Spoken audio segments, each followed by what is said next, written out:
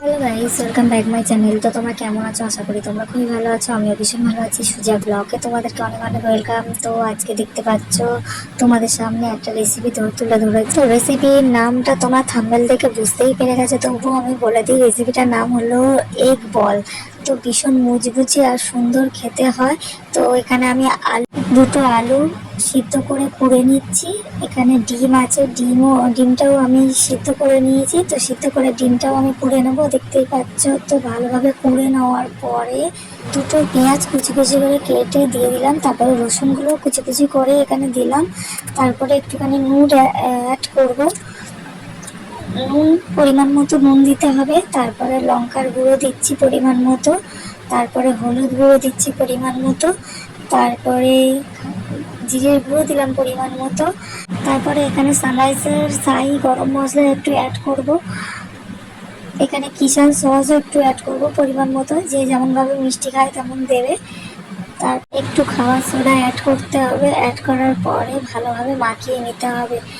ভালোভাবে মাখানোর পরে 2 মিনিট এটাকে চাপা দিয়ে রাখতে হবে।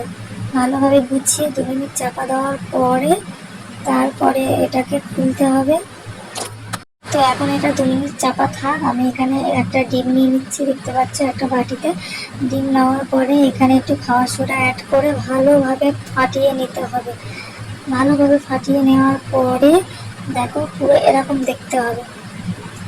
তারপরে একটা পাত্রে আমি টোস্ট কিনে এনেছিলাম একটা প্যাকেট। সেই টোস্ট ভালোভাবে গুঁড়ো করে নিতে হবে। ভালোভাবে একদম মানে একটু যেন না গোটা থাকে, একদম গুঁড়ো করে নিয়ে তারপরে যে ব্যাটারটা আমি চাপা দিয়ে রেখেছিলাম সেটাকে ভালোভাবে গোল করে একটা সেট করতে হবে। তো তোমাদের যেমন ইচ্ছা তেমনভাবে তোমরা শেপ দিতে পারো। কেউ কেউ গোল গোল করে, কেউ চৌকো করে, তারপরে লম্বা লম্বাও করা যায়। তো তোমাদের যেমন ইচ্ছা হবে তোমরা তেমনভাবে গোল করবে। তো আমরা দেখো এখানে গোল গোলই করে নিচ্ছি। তার কারণ গোল গোল করলে একটু দেখতে ভালো লাগবে, মানে এমনি সব রকমই করলে দেখতে ভালো লাগে, কিন্তু গোলটা আমি একটু বেশি ভালো লাগে। তো এখানে কড়াতে একটু তেল দিয়ে দিচ্ছি। তেলটা এখানে তেল গরম হওয়ার সঙ্গে সঙ্গে এখানে দেখো কি করছি, যে ব্যাটারটা গোল আকৃতি দেওয়া হয়েছিল সেটাকে ডিমের সাথে চুপিয়ে তারপরে যে টোস্টের গুঁড়ো ছিল সেই টোস্টের গুঁড়োতে ভালো করে মাখিয়ে বলগুলো গুছিয়ে রাখা হচ্ছে। তারপরে এই বলগুলো ভালোভাবে ভাজা হবে, তাহলে আমাদের রান্না কমপ্লিট হয়ে যাবে। তো দেখো কিভাবে করে নিচ্ছে। ভালোভাবে বলগুলো ভালোভাবে ডিমে চুবিয়ে নেবে।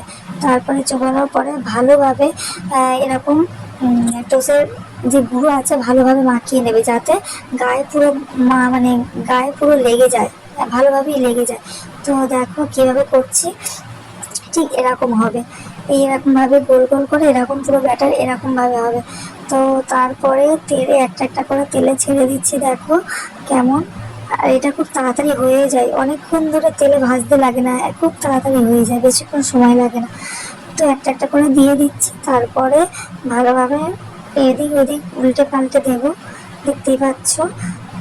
তো দেখো কত সুন্দর লাগছে দেখতে। তারপরে আমি একটু পাল্টে দিলাম, কারণ এদিকটা লাল হয়ে গেছে, বললাম না বেশিক্ষণ সময় লাগে না।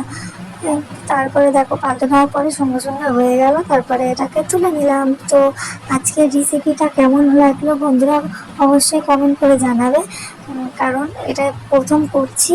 তো দেখো কেমন লাগছে, লাল লাল।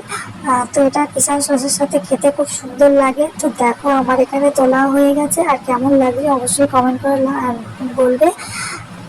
সত্যি খাবারটা এতটাই নরম হয়েছিল আর এতটা মুচমুচে হয়েছিল, গরম গরম খেতে এত ভালো লাগছিল বলার মতো না। আর সসের সাথে খেলে আরও সুন্দর লাগে খেতে। তো তোমরা সস দিয়েও খেতে পারো, এমনিও খেতে পারো। আর শিলেকাকে একটু খেতে দিলাম, শিলেকার গালে দিলাম। তো শিলেকা বলছে খুবই সুন্দর হয়েছে, ওর তো খুবই ভালো লাগছিলো। আর দেখো কতটা খেয়ে নিল। তো যাই হোক আমার ছেলেকেও একটু দিলাম, আমার ছেলে একটু একটু গরম লাগছিলো বলে হাঁ করছিল ঠিকই, কিন্তু লাস্টে খেয়ে নিল। তো আজ আমার ভিডিও এই পর্যন্ত। ভালো লাগলে সাবস্ক্রাইব করে দিও, লাইক করে শেয়ার করে দিও। দেখা হচ্ছে অন্য কোনো ভিডিওতে। ততক্ষণ সুস্থ চাই, ভালো থাকো। আজকের মতো টাটা।